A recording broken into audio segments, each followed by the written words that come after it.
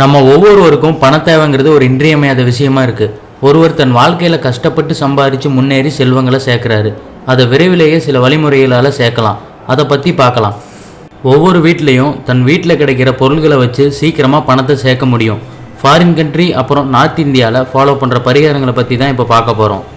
வீட்டோட சவுத் சைடில் ஒரு மூலையில் கண்ணாடி பாத்திரத்தில் இல்லைனா சின்ன மண்பானையில் தண்ணி ஊற்றி அதில் கொஞ்சம் கொத்தமல்லி இலைகளை போட்டு வைக்கணும். இதை டெய்லி புதுசாக பண்ணணும். அடுத்து கிச்சனில் கொஞ்சம் அரிசியை எடுத்துக்கிட்டு ஒரு பாத்திரத்தில் போட்டு அதில் 1 இல்லைனா 2 காயின்ஸை போடணும். அதுக்கப்புறம் குடும்பத் தலைவர் கையால் அந்த காயினை எடுத்து அரிசியில் புதையிற மாதிரி வைக்கணும். அப்புறம் ஃபேமிலியில் இருக்க மற்றவங்களும் இதே மாதிரி செய்யணும். இது எதுக்குன்னா வீட்டில் எப்பயும் அரிசியும் செல்வமும் இருந்துகிட்டே இருக்குங்கிறத குறிக்குமா. இது பண்டைய காலத்துலேருந்து செய்கிற முறையாம். 6 மாதத்துக்கு ஒரு டைம் மாற்றிடணும். காயின்ஸை எடுத்துகிட்டு அரிசியை காக்காக்கு போட்டுடலாம். வீட்டுக்கு பின்னாடி கத்தாழை செடியை வளர்க்குறதுனால பண வரவு கண்ட்ரோலில் இருந்து கண்டினியூவாக கிடைக்குமா. அப்புறம் வீட்டுக்குள்ளே தெற்கு பக்கமாக ஒரு மூலையில் 1/2 கிலோ சோளம் எடுத்து மஞ்சள் துணியில் கட்டி தொங்க விடணும். 6 மாதத்துக்கு ஒரு டைம் இதை மாற்றணும். மாற்றுறப்போ அந்த சோளத்தை பறவைகளுக்கு வச்சிடலாம்.